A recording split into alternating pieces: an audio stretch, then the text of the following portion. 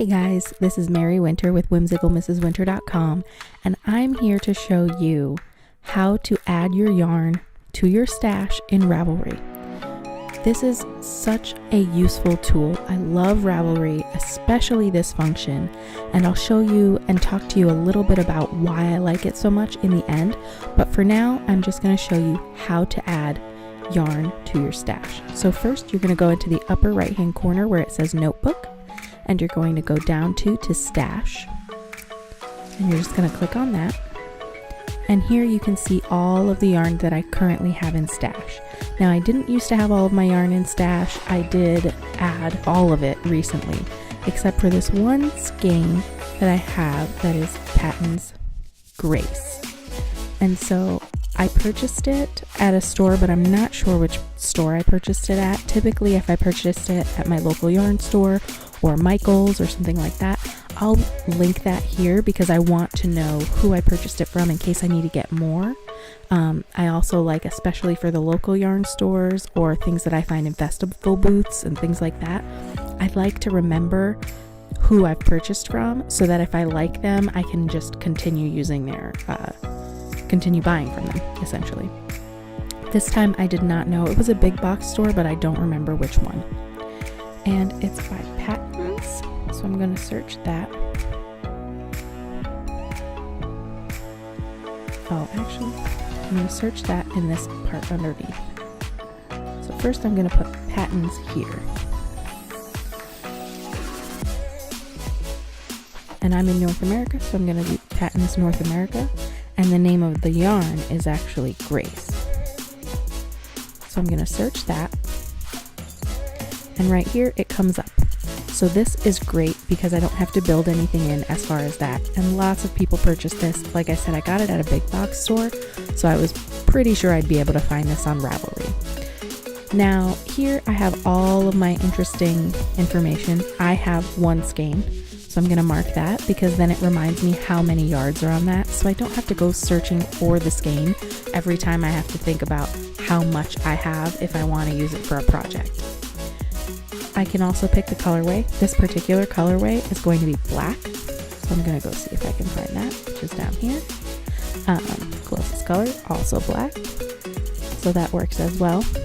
I can tell you where I purchased it at if I can remember, or when I purchased it. This is particularly helpful if you're going through your stash and trying to figure out what some of your older stash is and when you want to get rid of it, or when you want to use it up. It tells you that, hey, I've had this for a really long time. Maybe I should really think about either getting rid of it or making it into something. I can add the dye lot. I didn't specifically look that up in this particular yarn. I'm not likely to make something that requires a dye lot for this particular yarn, so I didn't really worry about it.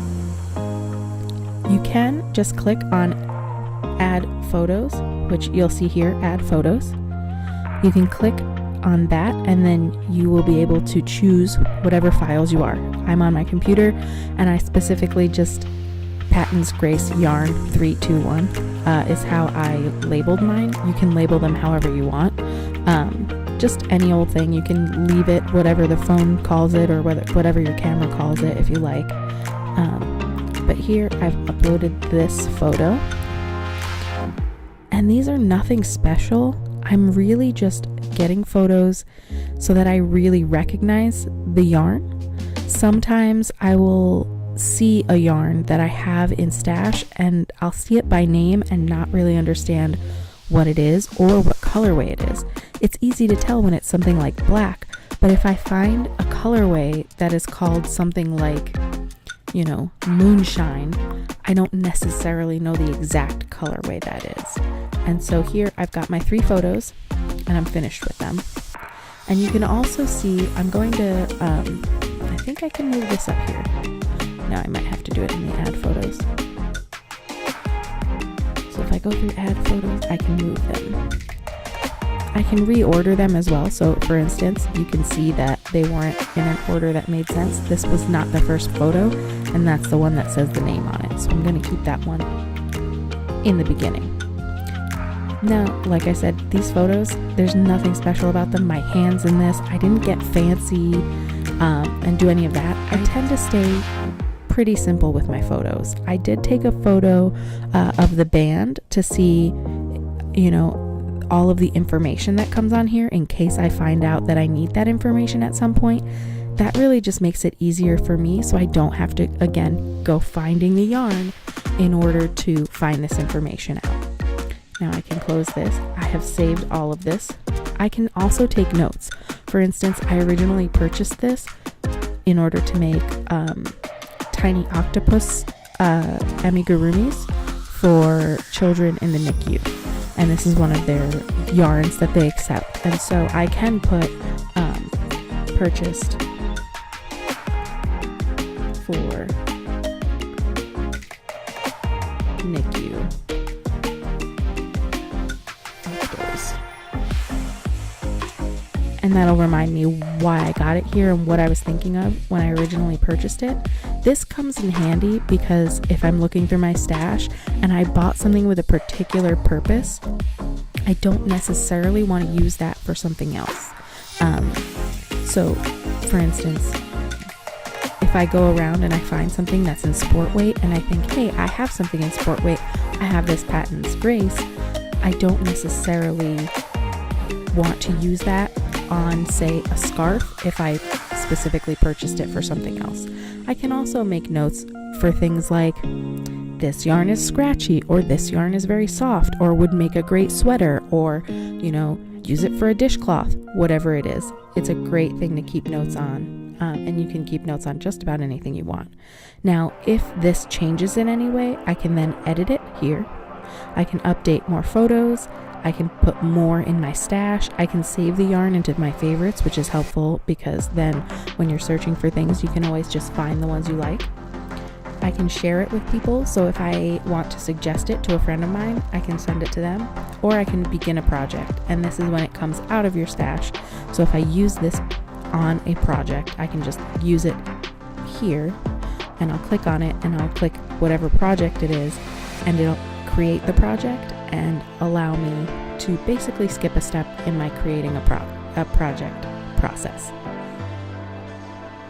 Now, one of the reasons I really love this particular use and this particular tool is because in Ravelry, if you go through your stash, you can then figure out what you want to make based on what you already have there. For instance, I have this cascade yarn. It's a heritage. I've got a lot of it, and I really want to figure out what to do with it.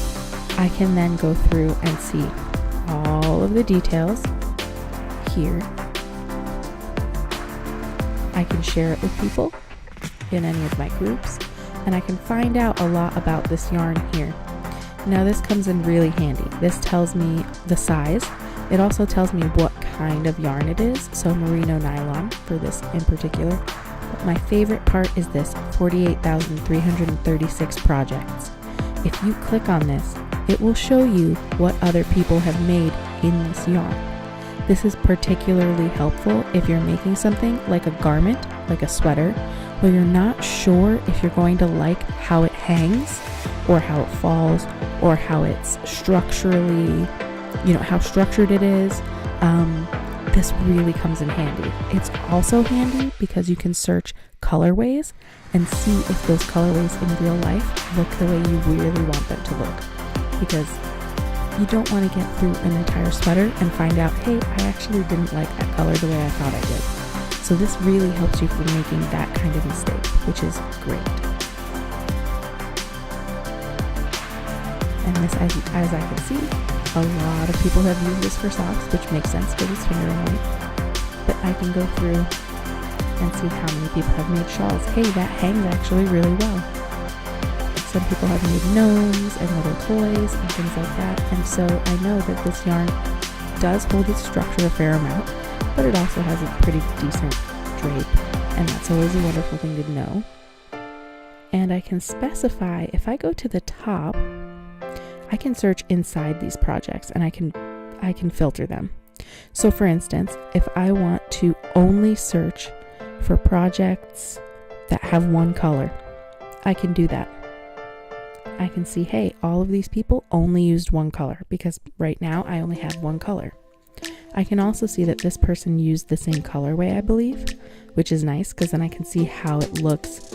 For instance, if they're using a pattern or if they're using cables, I can see if the yarn is really great at showing that pattern off, or if maybe I want to do it in a lighter color or in something that's variegated. And up here, I can, I believe, also search by the color family. So I can search through purple and come up with other items that have been knit in this yarn, and I'm likely to find the colorway because I don't know how many purples they have, but probably not all that many. And I can just kind of search and look around and see what everybody has made, and this really is helpful. Now you can also have this functionality the opposite way. So if, for instance, I'm looking for a pattern and I'm just kind of searching and I'm picking up stuff. If I picked up, let's see, the worsted boxy. So for instance, Hohi Locatelli made the worsted boxy, and it tells me right here that in my stash, I have 3 different yarns that I could use for this. Now this is really helpful because when I'm searching for stuff and I'm just dreaming about making that one sweater, sometimes I really want to know if I can get it on the needles. And this will tell me if I can or not. I can also look, as before, where I could look for the colors and the drape. I can do that here. So I can see in a specific pattern how these yarns will look. So the Barocco Vintage, for instance, has been used 8 times. I can see how the drape looks on other people. I can see how the stitch definition comes out with this particular yarn. It's really helpful. I really, really love this functionality. And Ravelry is full of functionality just like this. It's made by some really smart people. It's a really, really great resource. And if you haven't used it, I highly suggest signing up and using Ravelry for at least a little while. I hope that this tutorial has helped you at least a little to figure out how to use some parts of Ravelry that maybe you don't use. I definitely started Ravelry and didn't use any of this functionality, and I'm so glad that now I'm able to use it because it's made my life so much easier, and I hope this makes your knitting so much easier too. Be sure to subscribe and like the video if you liked it. You can give it a thumbs up. Please leave any comments or questions in the box below, and I'll be sure to answer them. Thanks so much for watching. Bye.